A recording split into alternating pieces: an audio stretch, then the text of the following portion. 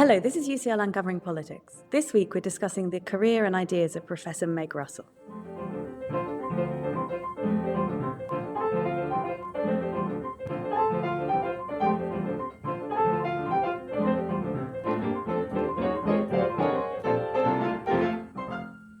Hello, my name is Emily McTurnan and welcome to UCL Uncovering Politics, the podcast of the School of Public Policy and Department of Political Science at University College London. Our guest today is Meg Russell, Professor of British and Comparative Politics. Following her valedictory lecture, today we'll be taking the opportunity to reflect on her work, her ideas, and the remarkable political period through which she's helped us make sense of British politics. Meg is the author of an influential body of books, articles and reports, including on the House of Lords reform and the parliamentary battle over Brexit. She served as an advisor for Robin Cook when he was leader of the House of Commons, and for more than a decade she led the Constitution Unit at UCL, a leading research unit on constitutional change and political reform. And what a decade in politics it has been to have that job, with Brexit, 6 prime ministers, growing concern over democratic norms, and the rise of populism. So today we're going to look back at Meg's career and contributions so far, discuss the health of Britain's democracy, and explore how our political system might be strengthened for the future. So welcome back, Meg, to the podcast. Thank you. It's really nice to be here. So let's start with your leadership of the Constitution Unit. It's been an extraordinary decade to be in charge. What's it felt like running the unit in that period, and what stands out to you as the defining features of the last 10 years? Goodness, what a big question. Well, I suppose I should clarify when I actually began, because it's more than 10 years ago. We are recording in a week, and this is going to go out, I think, in a week when there's lots of talk of 10 years since the Brexit referendum. So it's well worth clarifying that I began before that. I began in autumn 2015. But obviously, there's a big coincidence between that period and the 10 years since the referendum. But at the time that I took over, if you remember, there wasn't a great deal of expectation that Leave was going to win that referendum. So David Cameron had just won a narrow single-party majority, slightly unexpectedly, earlier in 2015. He was leading a single-party government after the 5 years of coalition. And they had a commitment to holding a referendum. But I don't think anybody took particularly seriously, including, it seems, some of those who were campaigning for Leave, the prospect that Leave might win. So the referendum is a very big part of what happened over that time and really kind of changed the culture and direction of politics for the 10 years afterwards. I reflected in my valedictory lecture, which maybe I should say it was a valedictory lecture in as much as I was saying goodbye to being director of the Constitution Unit. I was not saying goodbye to UCL or goodbye to working life or anything. It was marking the end of my directorship. But the Constitution Unit has now been running for 31 years. And for the first 20 years, it was run by Robert Hazel, who set it up in 1995. And in the lecture, I compared his period of Constitution Unit to my period of Constitution Unit. And of course, one of the factors that's very clear is one that you already referred to, that Robert in 20 years lived through 4 prime ministers, whereas I, in just over half the period that he had 6 prime ministers. And, he had the 5 years of coalition. He had the long Blair Brown period. It felt like politics was pretty busy and interesting at that time, but my goodness, it sped up. And the degree of change over my period and the degree of kind of conflict and uncertainty as well is really, really striking. So running the Constitution Unit for the period 1995 to 2015 was quite a lot to do with thinking, well, how can we improve our Constitution? What kind of reforms might be useful to make it run better? What can we learn from other countries in terms of ways that we might change our institutions? And I played a part in that because I had been in the unit for a lot of time before I became director. But in my period, yes, we were thinking about what might happen under the Conservative government. But very soon, everything got kind of swept to one side, and it was all about the unexpected result in the Brexit referendum and what that was going to do to our politics. And I should probably pause for breath and let you direct the next part, because as I already warned you before we went on air, I can talk about stuff forever. That was a big question, inviting you to reflect on a decade, so I think that's probably reasonable. I wonder if we could zoom in perhaps on There's 6 prime ministers, and of course, potentially, who knows, we might see another leadership contest soon. So I guess your reflections on that would We be may really even be in one by the time this goes to air, I guess, because we're recording 2 days before the Makerfield by-election. Exactly. So a great moment to be recording and thinking about leadership contests. Do you have any thoughts on what principles should guide how parties choose their leaders, especially if they're already in power at the time they're making these choices? Goodness. I think principles, that's really difficult. I mean, of course, at the Constitution Unit, we're all about the rules, the procedures, the design of institutions.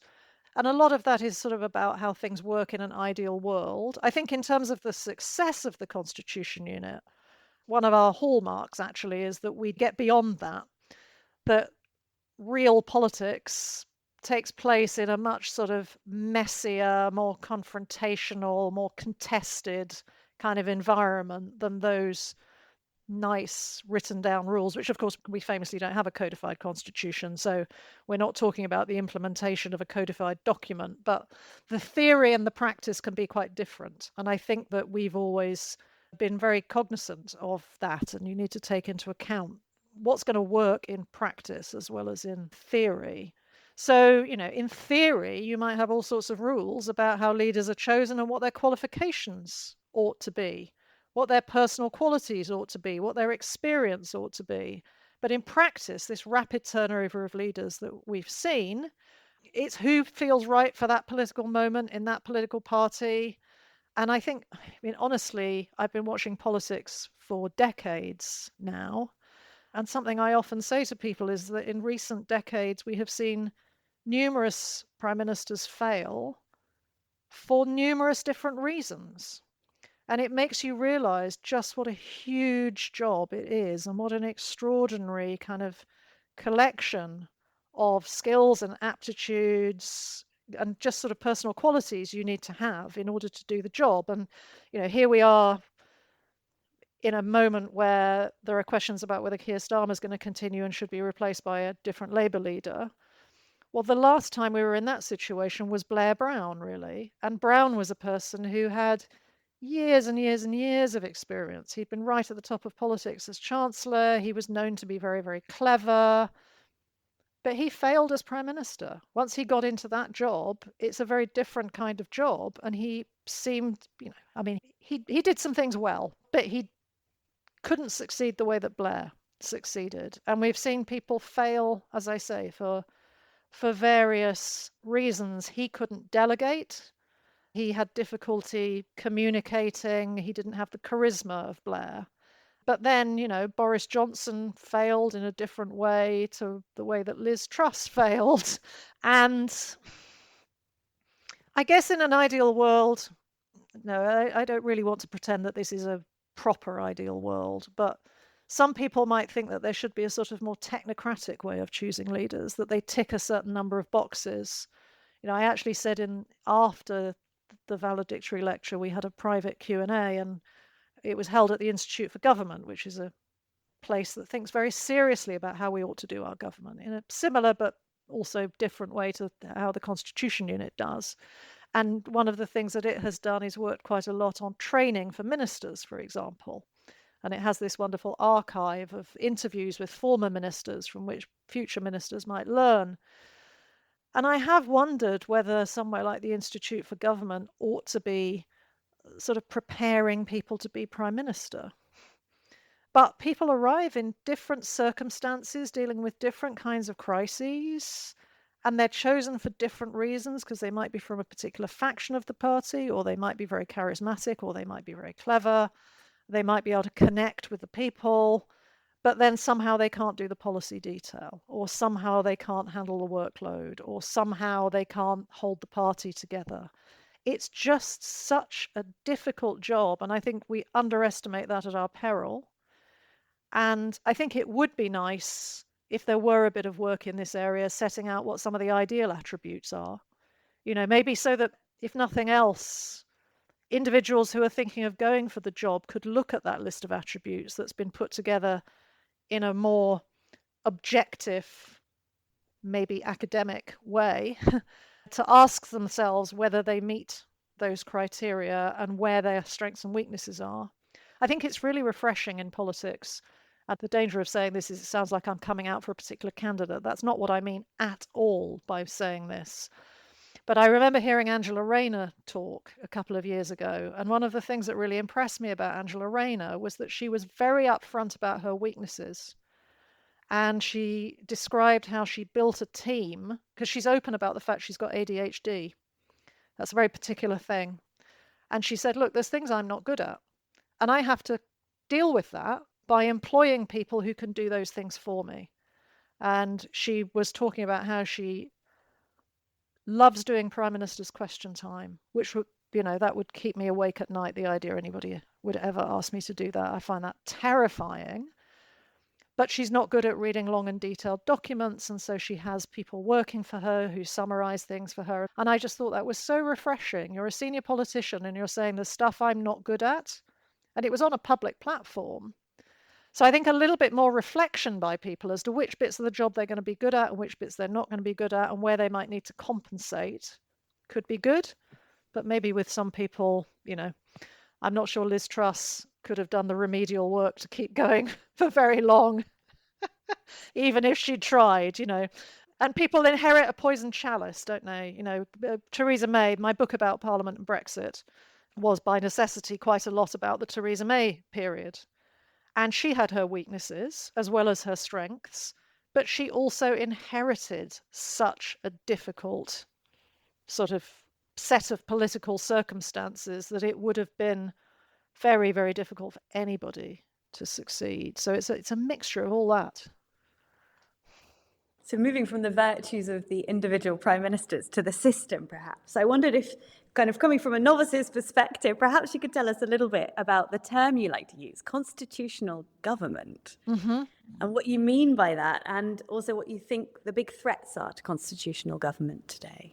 Okay. What do you learn? I think you've touched on a bit of that, and I've maybe touched on it a bit as well in terms of the shocks of the last 10 years. In the Brexit referendum was a particularly, I think, polarizing referendum. Referendums are by their nature polarizing. I mean, referendums are a mechanism in the constitutional toolbox. We can talk about referendums and how they can be done and the parts that they can play. I think there's a lot of agreement that that was a referendum that wasn't particularly well thought through and particularly well conducted. Referendums boil down matters that are often very complex.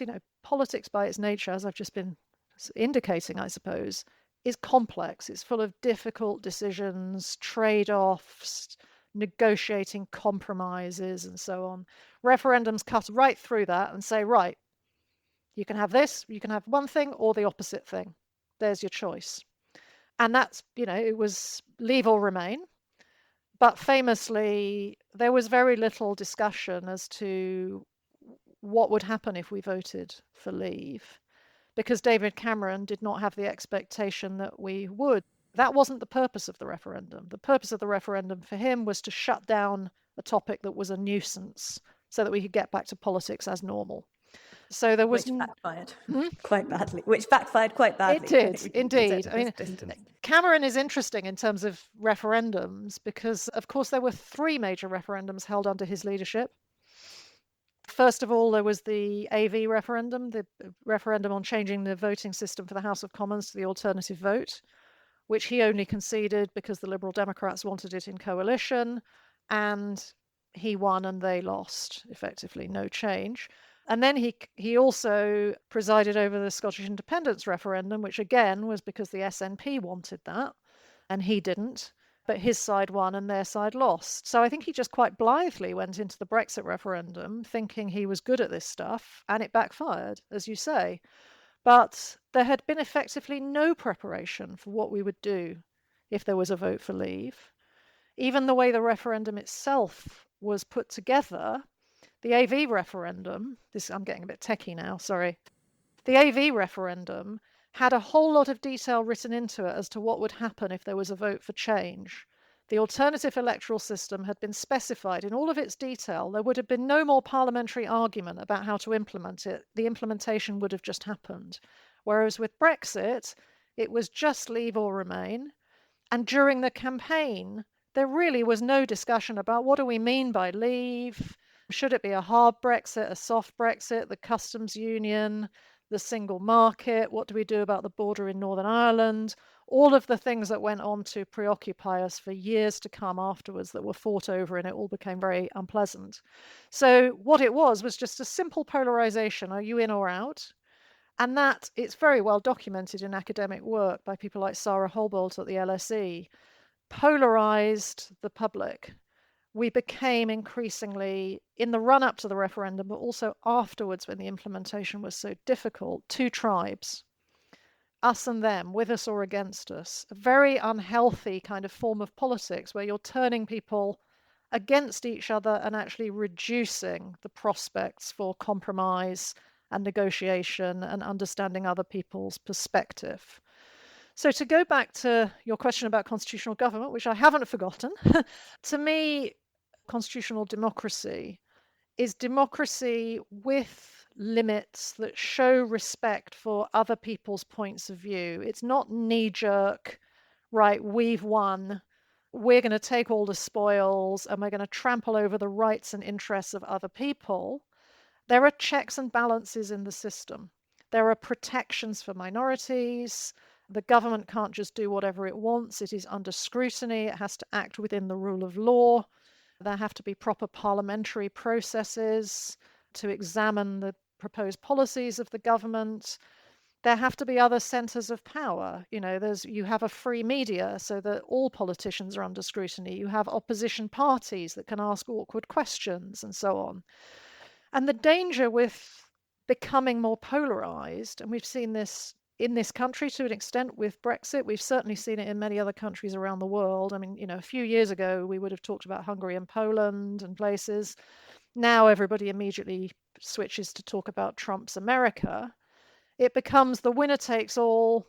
You take all the spoils, you trample over the interests of everybody else, you denigrate and rubbish your opponents, you talk down the media, you shut out the journalists that you don't like, you completely control the narrative, and you damage the reputation of anybody who's not with you.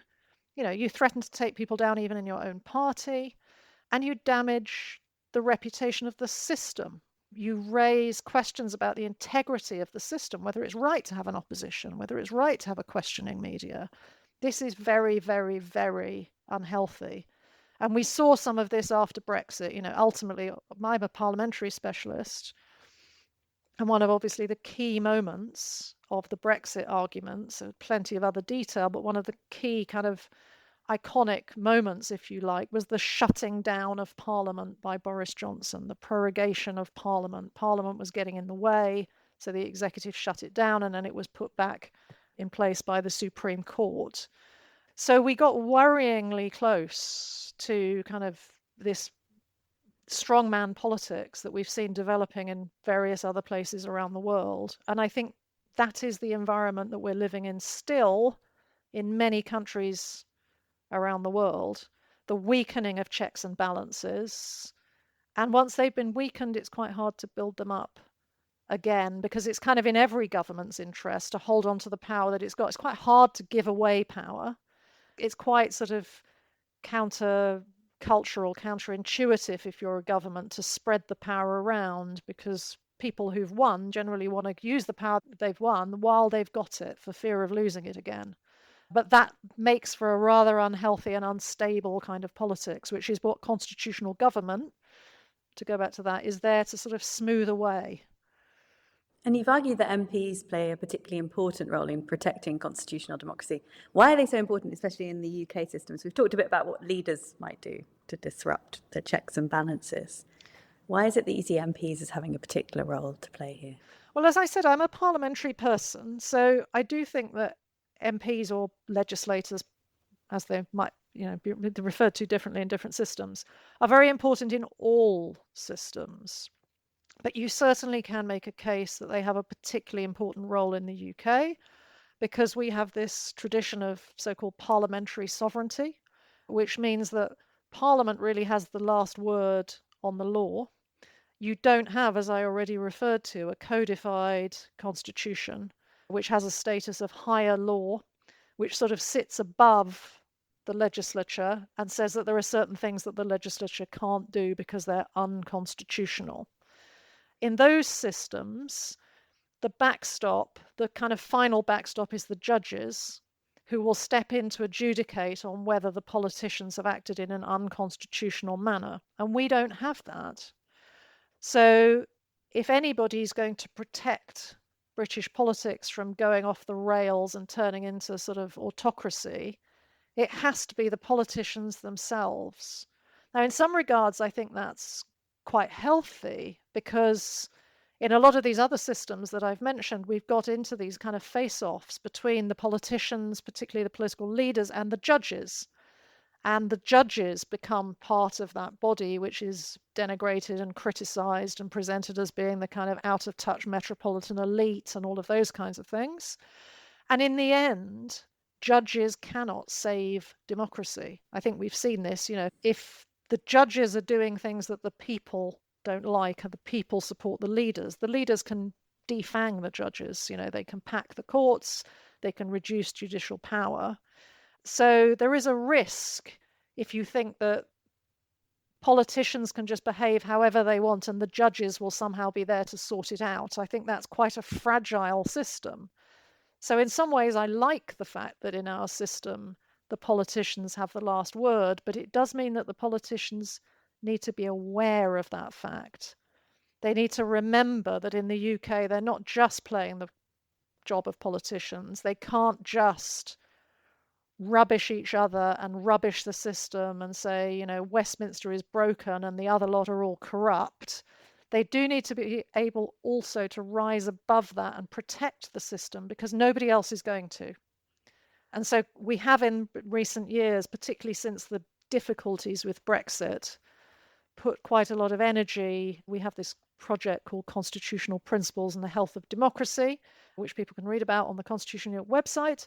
And that was very targeted at just trying to explain what some of the principles of our system are, and particularly to communicate to policymakers that no matter how polarized things might get, no matter how difficult political decisions might be, they must bear in mind the necessity of defending the system itself, because democracy, I think we are seeing around the world, is more fragile than we might have liked to think. And people need to take their responsibilities seriously to protect and maintain it. And for us, that's MPs. So this is a very kind of anti that popular strand of thinking at the moment, that it's frustrated by the ways the checks and balances and political systems shut down any kind of radical change. So here you've got quite a strong argument in support of those checks and balances, of not falling into those kind of populist strongman type politics. Is that the direction that this project is taking? Well, the project is largely, it's done a number of things. It's produced a lot of materials which are designed to be very accessible, which point out in quite, succinct, digestible form what some of the principles of our constitution are. You could say because we don't have a constitution, a single constitutional document to set them out, but actually those documents vary widely. The US Constitution is famously very short and very old, and therefore a lot of what runs the rules that guide the US actually are in judicial rulings and so on. Some constitutions are very long and detailed. Many of them are very difficult to change. So they're not always the best guide to the way that things actually work right now, today, and they're not always particularly accessible. And also, I always emphasize that even places that have these written codified constitutions depend a great deal on convention and good political behavior. So one of the things we've seen over the last 10 years, we've talked quite a lot about polarization and the dangers of polarization and the threats that that brings to checks and balances. But I suppose it is connected to the checks and balances point. You mentioned it in your intro, the decline of norms. That's not so much about changing the rules, it's about changes to expectations and behavior and the extent to which people act with restraint. And I think that that has happened, that we have seen a breakdown. The prorogation was an example of that. So not just saying, what can I get away with? I'm going to use my powers to the maximum, but thinking, well, what is a responsible use of my powers? How would I wish my opponents to behave if they were in government? I don't want to trample on other people's rights or opportunities. And I think that in the Brexit years, we did see a breakdown in those kinds of. Peter Hennessy famously called it the good chaps way of governing. Of course, we hope that many of the chaps are women these days, but that sense that people behave with courtesy and consideration of each other, not just sort of grabbing all the power that they can get because there isn't a rule against doing something. And those kinds of things exist in all systems, actually, no matter how written down it is. If you look at some of the behavior of Donald Trump, he is doing some things that maybe other people wouldn't have dreamt of doing. Maybe they're not written down and he thinks he can get away with them, and other people wouldn't have behaved that way. So I think it's a slippage of the norms as well. So on the project, the briefing materials that we have provided have been not just about sort of the rules of how the system works, because you can find those written down in other places, but the expectations of behavior in the system, and also the sort of softer bits of the system. So we have briefings on things like how the civil service works and the expectations that we have of impartiality in the UK civil service, which differs from some other countries, the importance of parliamentary scrutiny, what the courts do, how devolution works. These are sort of fairly well-defined things, but also things like the role of the media, the importance of civilized political discourse, which are much sort of softer and more cultural. And I think it's worthwhile reminding politicians, but people in general, of the extent to which the functioning of our system depends not just on following formal rules and precedents, but also sort of respecting norms of good behavior in the system and the responsibilities that we all share to keep it going. Let's turn to reform in the parliamentary system. So away from the soft norms stuff and straight into the business of Parliament and how it's run. Let's start with the House of Lords. So you've called this, despite the changes that have been made quite recently and the constitution units and your excellent work on this, one of the disappointments of how things have gone so far. So why is that? What's gone on in the House of Lords? Well, I said at the beginning of the lecture, I arrived at UCL in 1998 on a one-year contract to work on House of Lords reform, because at that time they'd just set up a Royal Commission on House of Lords reform. It reported in 2000. And Labour had said that it was going to sweep away the majority of hereditary peers and then move on to a second stage of reform. And my initial project and the Royal Commission's project was to think about what that second stage should be. And I could almost repeat the words in the lecture. 28 years later, after that one-year contract, I am still at UCL, and the hereditary peers, the final ones, have only just left. So the second stage of Lords reform has proved much, much more difficult than anybody really anticipated. I've written 2 books on the House of Lords. My first book was on reforming the House of Lords, which was a result of that project, and it looks at the way that other countries run their bicameral or two-chamber parliaments and what we might learn. So, do we want direct election like they have in Australia, or do we want maybe indirect election like they have in Germany, or appointment of a different kind like they have in Canada, etc.? My second book on the Lords was about the House of Lords and how it actually works, which bizarrely, I suppose, I entered this topic in the way that many people enter it, which was, let's ignore the actual House of Lords and just talk about reform. Having written a book on reform, I thought, well, maybe I should take a step back and look at the actual House of Lords and what it is and how it works and what it does. And my book is sort of the definitive book now on the Lords, because these are not questions that many people ask. In researching that book, I wrote a history chapter and I looked back at how the House of Lords had developed over time. And really, at that point, I realized that anybody who knew their history should have been able to anticipate in 1998 that nothing else much was going to happen soon, because we've been debating this actually for centuries. The first bill to restrict the number of people who could be appointed to the House of Lords was over 300 years ago, and it failed.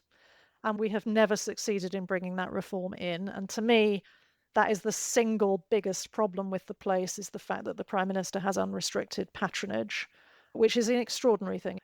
if we weren't the UK, if we were some other country that didn't have the sort of reputation, our parliament has a good reputation around the world, it's inspired many others. If you look at that just objectively, the fact that the Prime Minister can pick how many people can be appointed to one chamber of Parliament, and there's no limit on the size of the place or even the balance among the Prime Minister can put people in who are all from their own party, potentially. That's another convention, actually. They don't, but they could. And it's always tilted towards the Prime Minister's party. So it is a frustration to me that we haven't got any further.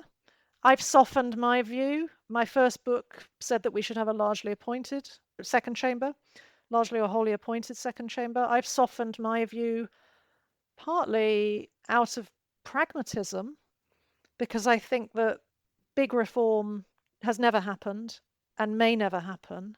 And actually, if we can make incremental changes to improve things bit by bit, then that is good in itself.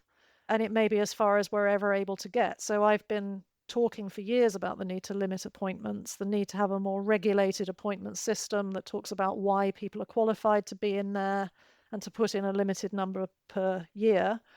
And I said in the lecture, I first published on this 23 years ago and have tried to persuade.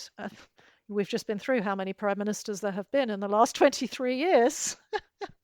Now we're wondering, can we convince Andy Burnham of this? Because we thought Keir Starmer might be up for it. We thought that Theresa May might be up for it. We thought that Gordon Brown might be up for it. But it goes back to what I said before. When you've got hold of a power, it's quite hard to grit your teeth and give it up. And I think that prime ministers who get hold of that patronage power are reluctant to give up the power that all their predecessors have had. But the principled thing to do is to move to a more regulated system where the House of Lords is of a fixed size and you can only have appointments up to that limit.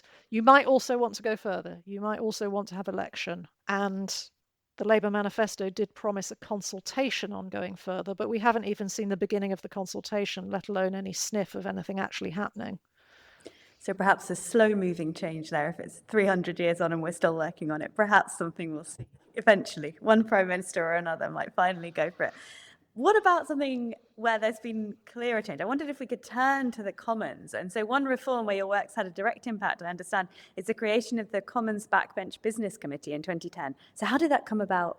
What difference is that making? That was a really interesting time. I mean, you may remember the MP's expenses crisis back in 2009. I'm sure all our listeners can remember Well, that some of our wonderful listeners Duck Island. may have been at primary school at the time, I imagine. So there was a big scandal about the way that MPs had been claiming things on their expenses because the expenses rules were quite lax. I mean, that in itself is a big complex topic. To some extent, people were encouraged to claim on expenses to compensate for the fact their salaries hadn't gone up very much and so on. But it was what it was. It was all over the front pages of the newspapers. Big scandal at Westminster. Some former MPs actually went to prison. Many left Parliament at the 2010 election as a result of that scandal. And at that time, a committee was set up on reform of the House of Commons to try and sort of clean up the reputation of the place. It looked at completely unconnected topics, so it was nothing to do with expenses, but it was sparked. This is I wrote a paper at that time using that quite well-worn phrase. It's not my phrase, never let a crisis go to waste. We had a crisis over the House of Commons, and we had an opportunity then to get some reform of the House of Commons in a totally unconnected way. So that was the thing that is commonly referred to as the Wright Committee, because it was chaired by a Labour MP called Tony Wright, and it came up with a series of proposals. One, the best known and perhaps most important one, was the election of chairs of select committees, so that the scrutineers, the chief scrutineers in Parliament, are being chosen by MPs rather than being chosen by party leaders and whips, which they were before. And I think that's been a really, really good change. That, I'm sorry to say, was not my idea. But another thing that was my idea was this creation of a backbench business committee, which means that some of the time on the parliamentary agenda every week is controlled by backbenchers rather than the government deciding what gets debated. That committee was established 15 years ago. It just reported on its 15 years and, what's been learned and what could be improved. And I submitted some evidence to that, and that was quite strongly reflected in what it concluded. And I think it has been an important reform because previously the government was in control of nearly all time, and now members have a lot more opportunity to decide what gets discussed at certain times of the week.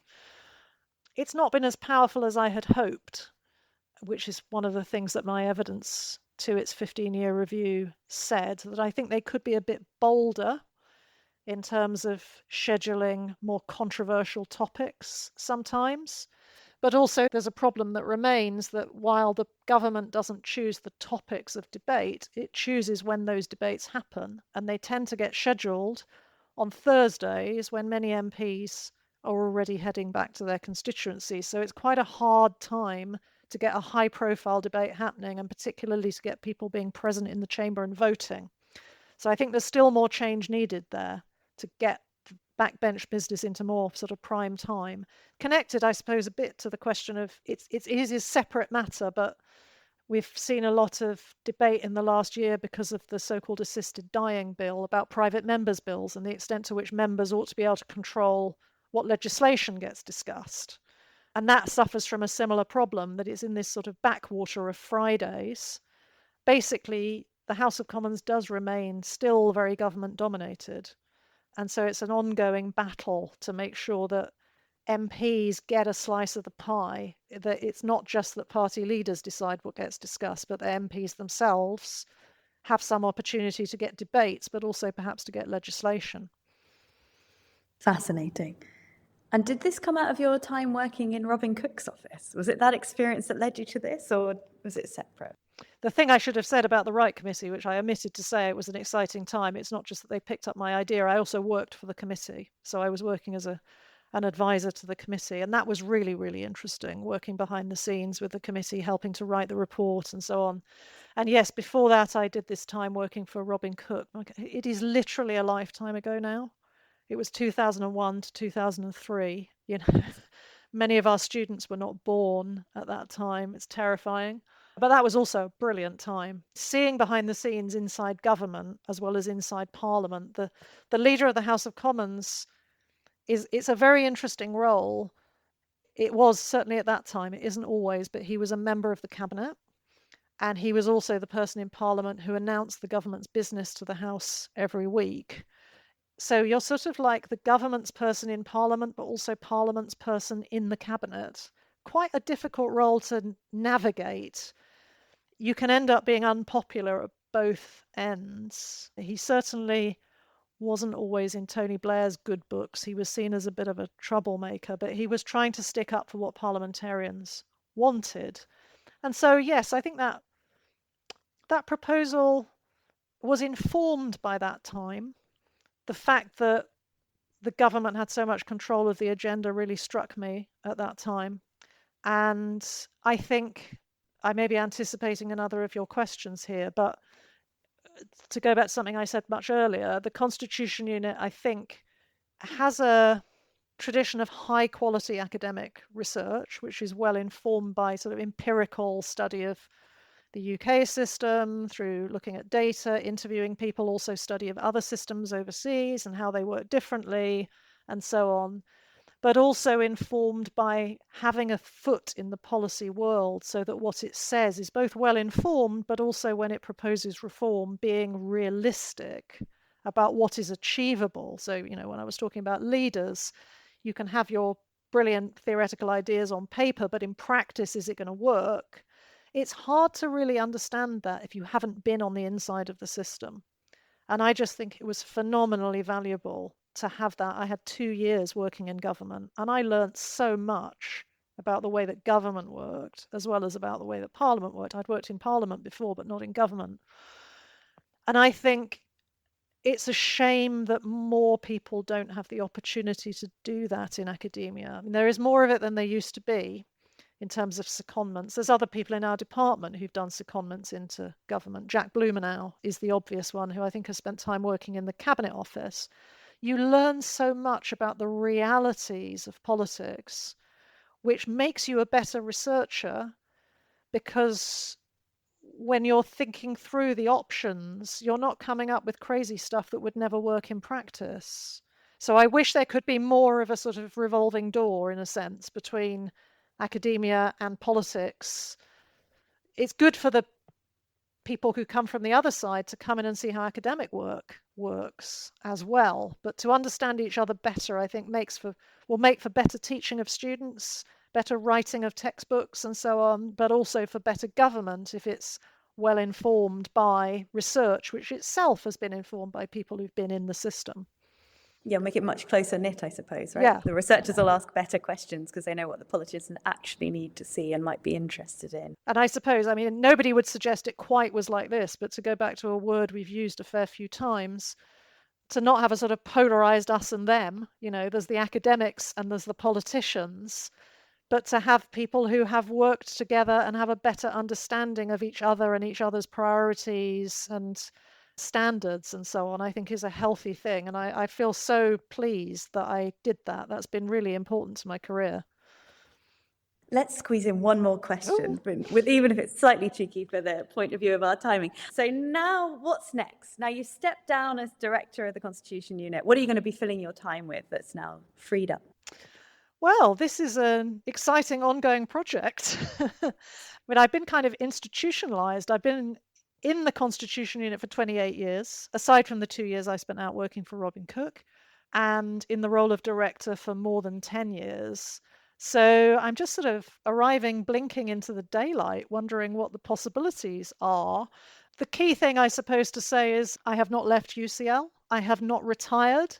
I remain, like you, a member of staff in the department doing my teaching and with, I think, a bit more freedom to think about the direction I might want to go in terms of things that I study, debates that I contribute to, things that I might write about. And I'm at the early stages of that, really. I mean, without a doubt, I'm going to keep talking about Parliament and, the things that I'm well established in. But it's exciting to think I might be able to start thinking and writing and talking about some slightly different things. But the most liberating thing is I'm not running anything now. I mean, people often with organizations, people look at them and think they run themselves somehow. I mean, hopefully people who do things well make them look easy. But there's a lot of behind the scenes work, as my close colleagues, two of whom have just taken over, know, to keep an events program going, to keep a blog going, to keep a newsletter going, and so on. And I've now stepped back from doing that, so I have got more time on my hands, but I also have gone half time. So I'm hoping to do some things that are not work and maybe not politics as well. But I'm just at the early stages of working out what all the exciting opportunities are.